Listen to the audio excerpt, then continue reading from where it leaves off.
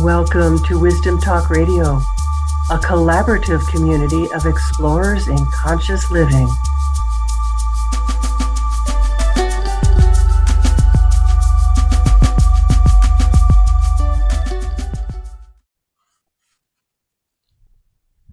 A few months ago, I had the pleasure, really a big pleasure, of spending several days with today's guest. And we had long conversations, some of them, into the night, about our favorite topic, inner wisdom, that sparked new insights and really deepened the connection between us. And that was just before she left North America to spend a year in Europe and beyond, exploring all kinds of new terrain on every level as she completed her book, Whispers of the Soul. For sure, our hearts were opened in the conversations that we had. And so I imagine that might be your experience of listening today and being with us today and being with this extraordinary woman. I'm Laurie Seymour, host of Wisdom Talk Radio and CEO and founder of the Baca Institute, home of the quantum connection process. Head there to discover your quantum connection with your inner guidance and your connection with Source by taking the quantum connection quiz that is there on the website. Because we're each designed to connect directly with Source in a different way, in our own unique way. And knowing your own style is the first step to connect with your own inner guidance system in a way that is deeper than you have ever imagined was possible. It's the secret to creating what you truly want in your life. So my guest today, and I'm so excited to be with her. I've been waiting for this. It's Anita Adams. And she is an award-winning leader and CEO of Joyful Inspired Living. I better read it so that I get all of the words. Which is dedicated to teaching people how to connect to inner wisdom. Anita teaches the Wisdom Way method, which she developed to guide people to find clarity of purpose, inner confidence, joy, and well-being in all areas of life. Anita is passionate, and she really is. You'll see it so clearly, about guiding people to reconnect with nature. She believes nature is a sacred portal to your higher self. And when you invest time in it, you open a channel to divine inner wisdom. Anita's new book, Whispers of the Soul, has just been released. So welcome, Anita. Welcome her wisdom. Welcome this beautiful woman to Wisdom. I'm so delighted to be here with you. Thank you so much, Laurie, and what a lovely introduction. Well, I do feel like our time together at that conference in Santa Fe, I knew I was supposed to be there. There was something that just said, yes, you need. In fact, I had changed my plans to leave North America so I can attend that conference because there was a reason for me to be there. And I'm convinced it was because you and I needed to connect. I am too, because I had said no about going. Really? I didn't know that. There were so many things in the way, not least of which was my daughter's baby shower. And I had just said no. And then I kept being with it. And it was like, you need to be there. And I had that feeling. It was, I needed to. So it's so neat. It's so interesting. And yeah, you and I sat up for hours just talking into the wee hours of the night, which was just lovely. So thank you for having me here. And sometimes over a wonderful cocktail too. Yeah, one or two. That's always nice. So let's create this ground for our conversation and for the people that are joining us for this. What is the Wisdom Way method? Tell us about that, because you say it's a path to find clarity of purpose, inner confidence, and well-being. So that says a lot. Yeah. it is a path to what I like to call your higher self, and how I came to this. Can I start there? Actually, can I share Sure, my yes. little story Sure. about all of that? Because it does give some context, and I think it's relatable. This was around, well, the pandemic. When the pandemic struck, like so many others, my life went into a total tailspin. I've never experienced anxiety like I stepped into anxiety during that time. Just the fear of what was going on was one thing, but my business was really hit. At the time, I was the founder and the executive director of a nonprofit arts organization that I had built and ran for 18 years. And all of a sudden, all of our funding partners pulled out, all of our sponsors pulled out. Everything was, everybody was saying, no, we can't give you money. And I'm sorry, we did sign that contract, but no, we're backing out of everything. And I had a staff, it was a national organization, a staff that I was responsible for. And this was just created a huge amount of stress in my life. And we were also supposed to move to India that year. And so we canceled that trip, and suddenly we found ourselves without a place to live in the middle of the pandemic. So all of this stuff was weighing on me, and I became a different person. I don't even recognize who that woman was. I was so massively stressed out. And I had a meeting with my business coach. And on that call, I was expressing my anxiety. And she asked me, she's like, Anita, so what do you typically do when you're feeling anxious? How do you calm? What's your go-to method to calm yourself? And I said, well, I usually go for a walk in the forest. At the time I lived on the edge of a forest belt, and just, spending a half an hour going for a walk in the forest would usually calm me, but I was just too busy to do that. And so, and she said, okay, Anita, this is what I want you to do for the next 30 days. Every day, you are going to commit to yourself to go for a walk in the forest. And I had pushed back.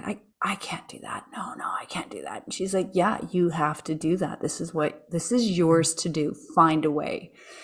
And years later, I talked to her about this, and I'm like, is that something you commonly ask people to do? Like, what kind of business coach sends their clients into the forest? Away from their desk, by golly. And she said, not at all. She said, she got the download. That's what I needed to do. And it's one of the reasons why I worked with this woman. Her name's Lisa Marie Platsky. I believe you know her as well. Of course you do. Of course you do. Of course I do. Yes, of course you do. And I've interviewed her on Wisdom Talk Radio. Okay. Yes, that's right. And so she told me that was the download, the message that she got, that was mine to do, to go into the forest and connect with nature. So after initial pushback, I went. And the only way I could find time to do that was to get up at the crack of dawn and get out first thing in the morning. And so I found myself every morning walking in the forest, and there was nobody. It was me, the squirrels, and the coyotes. That was it. And that's quite a trio. So I found myself speaking out loud, like just talking to God, to the universe. And I was, at the beginning of that journey, I was pretty demanding. I wanted to know what was I supposed to do? And I kept demanding, what am I supposed to do? What am I supposed to do? And about 2 weeks into that journey, I started to calm down. I started to connect with my environment. I started to feel even grateful for my business coach for sending me out. Things were starting to lift in my spirits. I wouldn't say I was happy, but I was definitely a lot higher up in that, elevation, that vibration zone of just feeling calmer. And I was still asking, what am I supposed to do? And then this one morning, I got an answer, and it was this bubbling up response. What do you want to do? And without hesitation, I'm like, what do you mean? What do I want to do? What am I supposed to do? And I found myself literally in this argument with myself, I suppose, like at the time I'm like, what's going on? There's just like this inner dialogue that was happening, but it was almost like I was talking to a older, wiser version of myself. And I didn't really question it at the time, but I'm just going, like, what am I supposed to do? No, what do you want to do? I don't know. Yes, you do. And with that, yes, you do, I was silenced. And when I got home later that day, I couldn't seem to get any work done. I sat at my desk and I was just so distracted by this experience. And we've all had this experience where we've talked to ourselves, but this was different. There was something weightier, more profound, more grounded. It was like I said, it was like I was speaking to a future, older version of me. And I decided I needed to get away from my desk, and I ended up going to the bookstore. There was one store not too far that was still allowing a few people in at the time to, peruse the bookshelves. And I found myself at the back of the bookstore in the spirituality section. And there was because I was looking for answers, right? And there was a book. And it's got to be a book. Yeah, that's right. Yeah, I was desperate to be told what to do. Really, like I wanted somebody, something to tell me what I'm supposed to do. And so I found one book. It caught my eye. It was Conversations with God by Neil Donald Walsh. And I opened it, and this one sentence just literally leapt off the page, and it said, frustration and anxiety come from not listening to the soul. And I'm like, I know this. I know better. I'm not listening to my soul. And the penny dropped. I'm not listening to my soul. And so the next day I got up with a little more enthusiasm for my daily walk, because I've got a purpose. I'm going to step out into the nature, and I'm going to listen to my soul. And I had a new question, and today it was, what do I want? What do I really want? And nothing. Nothing came. I was so because disappointed. I'm asking, you should answer. I know, right? I was so convinced that I'd figured it out and the answers are going to come. But I knew I was onto something, because I'd been here before. I have been in the place where I've been able to access and listen to my soul. Something was preventing me from doing that right then. And I knew I needed to work on me to figure that out, to open that piece up in me so I can receive the downloads. And I stuck with it. I stuck with getting up every morning, walking in the forest and asking, what is it that I want? What is I want? And realizing that when the answers have come before to me, I've been really present to my environment. There was a method to connecting. And so that was when I started to really think about pulling those pieces together and developing that method. What is the method for tapping into inner wisdom? And when I clued in that it is a big piece of it, it's not the entirety of it, but a big piece of it is really being present in the here and now. And I find the forest for me, so you can access the here and now through meditation, as you well know, and there's various ways to tap into that inner wisdom. For me to access that soul voice, that inner wisdom, that inner knowing, whatever your word is for it, it's being in nature, because I can then get really grounded by using all my senses, by connecting to my environment, by noticing what I see, what I smell, what I can feel, what I can hear. All those senses help me get really grounded and in my body. And I stopped worrying about the future. I stopped telling myself stories about the past. I'm just right here, right now. And when I'm able to do that, it's like I'm opening a vessel. I'm opening myself up to receive. So I started practicing this, getting really present while I was in the forest. And I was also practicing gratitude, because I've understood for years how that practice of gratitude also expands the heart. And I'm wanting to expand my heart so I can receive. And that's really a big part of the Wisdom Way method, which is an really ancient method of expanding your heart to receive and allow to come in. And I started to hear the whispers of my soul guiding me. And it's been nonstop since I've learned to really open and hear and listen to those whispers.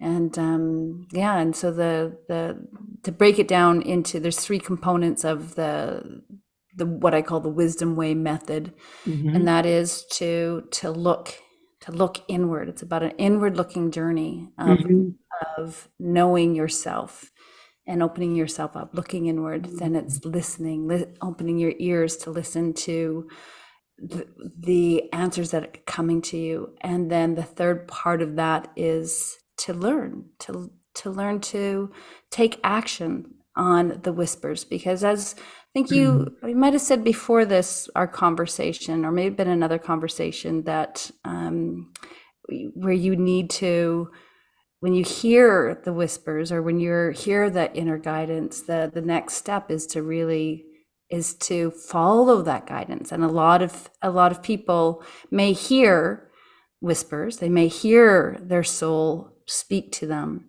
but they don't trust it, or they're afraid of it, or there's the vision that is being presented feels too big, and you question, is that really mine to do? And you push it away so you don't take action. So that third step is to learn how to take action, how to move forward and listen to what you've heard. So you use the word trust in there. You also said in like that question, and that's such a common question I find in the people that I work with, is this really mine to do? And sometimes it's not, when something comes, because there are some, I talked earlier about that, the styles of one's own inner connection. And some people who receive ideas like nonstop, it is part of their makeup. They may be tuning into something in the field that isn't for them. It might be for their best friend, or it might be for somebody on the other side of the world. So how do you recommend that people learn to have that kind of discernment? That's such a great question. I've never been asked that before, and I'm so glad you asked that. I do talk a little bit about this in the book, and one of the things that I do is I keep coming back and I keep asking, is that mine to do? Is that mine to do? So for instance, when I was given the direction to close my business, like to shut it down, that was hard to hear at first, because I had wrapped my whole identity was wrapped up in that business, and I didn't like that answer. And I was wanting advice on and guidance on how to save this business, how to build it up again. And there was a time before I started going to the forest where I'm like, like I've had so many, the journey of that building that business has been, one roller coaster ride. And so I feel like I've been there before, where I thought things aren't going to work out, but I knew I can make it work out. I have taken pride in being able to get out of to turn situations around. But this time, the voice, my inner wisdom, was telling me that no, it's time for you to move on to something else. It's time to let this go. And I'm like, really? Is that really what I want? Is that really mine to do, to let this go and move on to something else? And that was my new question that I went into the forest and asked. And it was because you were willing to ask, though. That's the piece, is that people will say, is this really mine to do? And they'll ask it. They're not asking. They're just doubting. Oh, that's interesting. Yeah. And there was doubt. There was doubt that I had. And I knew I needed to figure that piece out. Yeah. Here's another thing that I also have learned over the years is to figure it out on your own first before sharing it with other people. Especially when you're uncertain. Like, it's so natural for us to go to our friends and our partners and just unload, what's going on and ask for their advice. But and there's nothing wrong with that. However, you have to recognize that they're seeing it from their lens and from their stories and from, what would they do in that situation. And I think it's really important that you recognize that and then go into your space to listen to what your wisdom, your inner wisdom is telling you. So important. And so I waited when I got the whispers to close my business. I waited for probably 2 weeks before I talked to my husband about it. And, he's my closest confidant. And I just needed to really be sure that's what I wanted before I had the conversation with him, because it would impact him as well. Of and course. I obviously wanted his buy-in and support in that decision. But I needed to be firm in the feeling that this was the right thing for me to do first. So, yeah. And there's that feeling in the body of rightness, of knowing, that comes from that inner direction. Yeah. Comes from having received it. Yeah. And when I got the whispers to turn nomadic, to get rid of all of our possessions and go down that road, I'm like, really? And again, I had to sit with that for a while before I, shared the idea with my husband and to see what he would think. And he's so funny. I present the idea to him, and like 3 seconds later, he's like, yeah, cool idea. Wow. How wonderful. How wonderful. And the other piece of all of that I'm thinking about in terms of asking other people is, other people have an investment in you staying who they've known, you staying the same being, not just doing the same thing, but not changing. And because it's very threatening. Oh, I've always known you to be this. And now you say you want to be somebody different. Yeah. Wow. Then, and there's that tendency for people to get upset, or want to hold you in a particular place. So it's so helpful for what you've just described about getting that surety of self.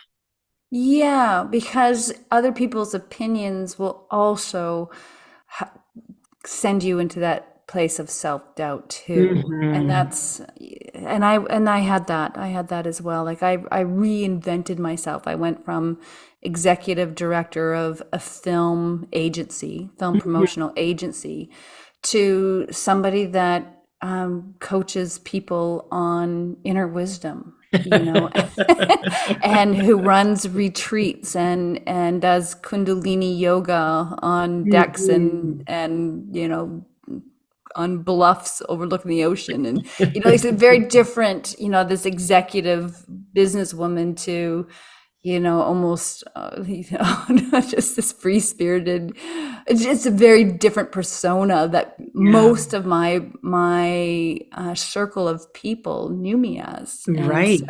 I knew I needed to be really set in that and feeling the grounding in the direction I was taking before sharing it with the world. And then once I did, it was okay. This feels so right. This is the right decision. It took some time. Yeah. I so celebrate you in that. I'm remembering back to, the late 80s when I left being a psychotherapist. And it was that similar kind of thing that I had come into all these new experiences that were taking me away from being a therapist. And that had been my identity. That had been certainly my business as well, and my sustenance. And when I had to tell my clients, or when I did tell my clients, I'm going in a new direction. And I had to let go of that which defined me. Yeah. And some people were fine to, well, that I'm curious, what is that about? And is there still a way to do some work together? And yes, there was, but other people, it was very clear that wasn't where we were going to play together anymore.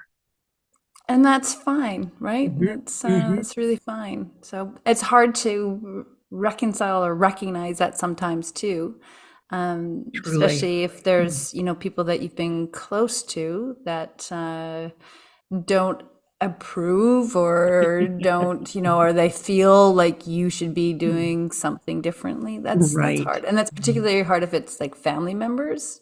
Fortunately, my family has always been very supportive of the directions I've taken, but I've had friends in my life where I had to step away from friendships for a period while I was, recalibrating, if you will, and because I didn't need the negative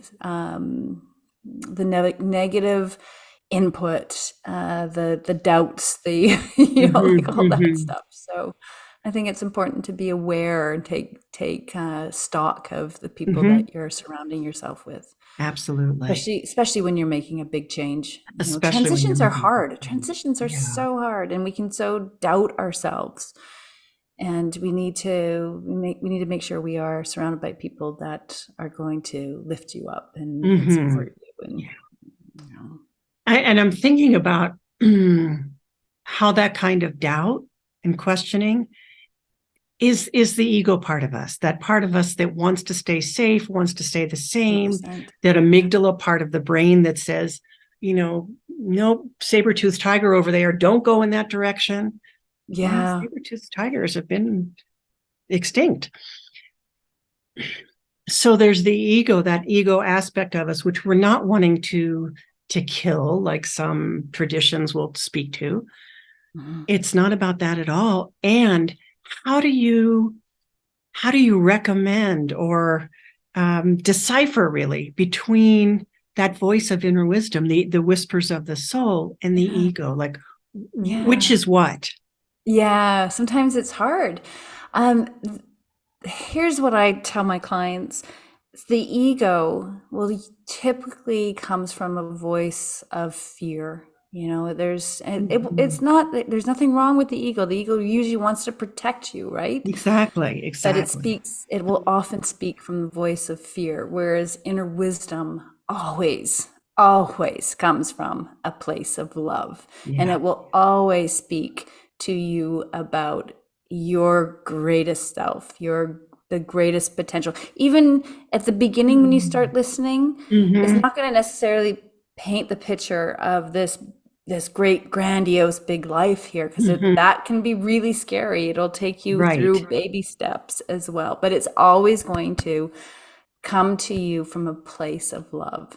Sometimes, again, that the vision that is presented will be frightening. Like when I was first guided to teach people how to tap into inner wisdom, for instance, there was a lot of fear that came up because it felt like this is too big for me to do. This is, who am I to do that? But it was the who am I to do that that's the ego speaking. Right. That's the inner critic that is trying to keep you safe, right? So the inner wisdom it can create fear, but it comes from a place of love. And the fear that it might create is fear of not being enough. And then you have to evaluate, you have to recognize what's going on. It's like, I am afraid to move forward with that because it's taking me outside of my comfort zone. Yeah. Oh, Anita, that's so beautiful, just the way you've put all that together and kind of taken us step by step through that and unravel that. And that's the really important part about the Wisdom Way method. The first step is looking inward. That's what I mean by that. It's looking inward and asking yourself these questions and trying to understand, well, where does that fear come from? What am I afraid of? And really breaking that down so that you can understand what is causing you to make choices, either choices to hide or choices to step out and take action and live into what your true potential is. So true potential, and I'm right on board with you around that. And I'm thinking about that question because I teach people how to ask those inner questions. And that question of who am I to do this? Again, you can ask that in a very different way. If you ask that in an open, curious, let me bring this through kind of way, that inner inquiry, who am I to do this? It would be a great question to actually infuse yourself with that knowing. Oh, this is why. This is how I am a bridge builder for the people that haven't known how to do this. Right. And yet, so my teacher for so many years always was connected with her inner voice, always, and had been from a very, very young age, was seeing all these light forms coming to her. And it was harder for her to be the bridge builder. She could do it in energy. But because I grew up with such a linear, intellectually educated family and way of being, when I learned how to do this, I could build the bridge for other people to say, okay, I understand you're here and you might want to be over here. And here are some of the pieces of how you do that. Here's how you get from here to here. And I hear you saying something similar. And it may be, you're going to have your own unique way of that, of why is it, Anita, that you were the one to write this book? I love that. I love being inquiry in that way. It's kind of like a very positive. It's the same words but different intention. Exactly. Instead of going, "Who am I to do that?" It's like that's the ego question. That's the ego. Yeah. But no, tell me. That's the judgment. Right, that's the judgment. That's the judgment, and I think that's so key. It's about listening to the guidance without judgment, right? Listening without with that open heart and with that open heart, curiosity. And then saying, "Who am I to do that? Tell me, who am I? Tell me how wonderful I am that I'm going to be able to do this." and I know you're playing with that, and I want to pull that out too, because you talk so much about true potential. And that's crucial. That's crucial to recognize that our true potential and getting that input from our inner wisdom, hearing the whispers of the soul about our potential isn't the ego. It isn't the ego. It isn't that grandiosity that people talk about having to be aware of. And I was so aware of that. I was so cautious about anything that I heard that was positive about me. I'd take on all the negative for sure. I'd take on all the judgment. Yeah. But that opening to, oh, this is your light and how you're to shine it. Yeah, absolutely. You're hitting on a couple things for me here. And it's so this journey to your highest, your best self through listening to inner wisdom, it happens through love of self. And that's the foundation. That's the foundation of my book as well. It's about really truly learning to love yourself deeply, because when you love yourself deeply, you stop saying, "Who am I to do that?" You stop hearing just the negative. You stop being so shakeable that you become unshakable in the pursuit of creating something beautiful for your life and for all the lives that you touch. And I think it's so important. Like for me, really, that the mission, my mission is. I was asked this recently. What was it? She said, "What is the miracle of your book? If you could have a miracle achieved with your book. And I said that I would be able to help people fall in love with who they really are. Because when you fall in love with who you are, then you can hear the whispers of the soul without judgment, and you can lean into that true potential that you have, because most of us don't believe it, don't believe how great we really are, how wonderful we really are, and what we can do in this world to make a difference for others in this world. And when you love yourself, when you truly, truly love yourself, there's no room for hate. Can you imagine a world if even 10% more people loved themselves, like truly loved themselves? It'd be a different world. It would. Be a different world. The whole myth of separation would be dissolved. It wouldn't even be in our conversation.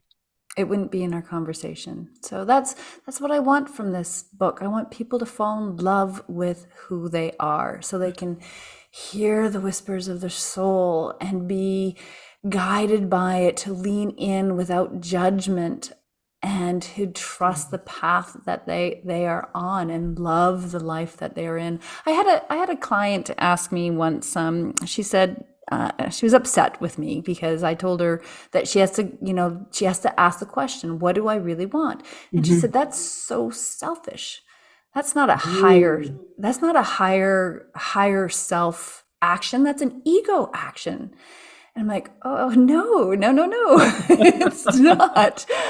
It's not. But I understood where she was coming from, because we're taught that, we shouldn't put our own needs and desires forth. But when you're tuned into inner wisdom, you are going to be guided by your highest self, and the highest self for all. And it starts by getting to know who you are and what you really want. And then when you can pull back the layers and then ask yourself, why is this important?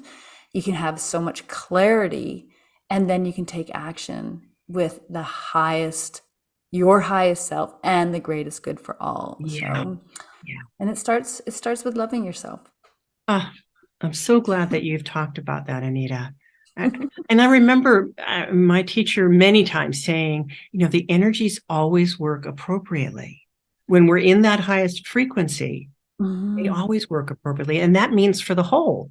So it may seem like something that is self-serving, as if that's not okay. But if we think about capital S self, higher self, what is serving my highest self is also going to serve the highest good. So self-serving, we can put that on its head. I haven't ever thought about it or said it like that, but exactly. Wow.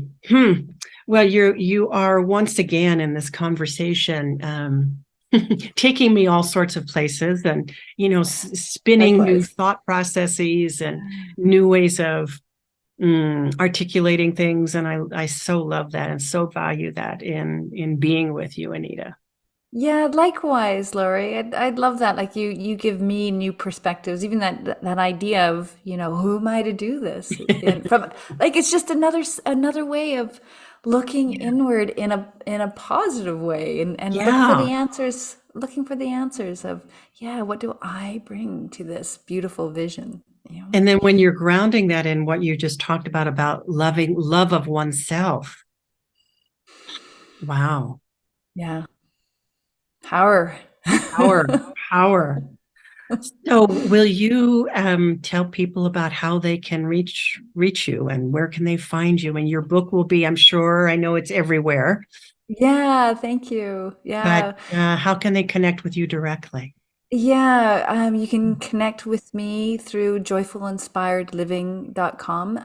My email address is anita@joyfulinspiredliving.com. And all my information about my book is up there as well, and it's available on Amazon and all the places. all the places that you might expect a book to be. Exactly. So and a book that's shining such light. Yeah. it's I've created a workbook to go with the book as well, because it's, it's a personal growth, spiritual growth book. And if you want breakthroughs in your life, you got to do the work. So I've got a number of exercises after each chapter. The first section of the book is my personal story, it's kind of leading you into the story, and then we get into the teaching, if you will, with tons of stories. It's all about stories. Stories. I like teaching through stories, so it's all full of stories. And then at the end of each chapter, starting in chapter 7, is some exercises, and I encourage you to do the exercises and download. The book is for free. The workbook, you can download it from my website for free, and it'll just walk you through all the exercises from the lessons taught, and they're fun. They're fun exercises. Like one of my exercises, it's called joy spotting, and it's literally your job is to go out and spot joy, and then write about it, and just what did you see that brought, or experience that brought joy to you. And joy spotting is something that's not my concept. It was coined by another beautiful soul, but I bring it into my book and share the concept because it's such a brilliant one, and it's such a simple exercise that you can do to bring more joy into your life. And when you're joyful, when you feel gratitude and joy, you're expanding your heart and you're able to receive. So these little fun exercises like this that can help you tap into your inner wisdom. Wow. Yes. Thank you so much, Anita Adams, for gracing us with your beautiful, beautiful presence. You're so sweet. Thank you so much for having me here, Laurie. And thank you to our listeners, our viewers, because remember, we're on YouTube as well as a podcast, for being with us today at Wisdom Talk Radio. Join us here regularly for more wisdom, discovery, and illumination. And please leave us a review wherever you found us. And we're in all kinds of your favorite places. Please leave us a review, because when you do, that's what allows other people to say, oh, what's that? And to get inspired, to get the wisdom to transform our world, because that's what we're all about here. And really, for more that you might receive to deepen your connection with your inner guidance, take the Quantum Connection quiz now. Find out what your style, what your natural way of being with this quantum universe is. And we'll see you next time. Thanks for joining us here at Wisdom Talk Radio. We wish you well in your conscious explorations. For more information and to join in the conversation, our website is wisdomtalkradio.com or at Wisdom Talk Radio on Facebook.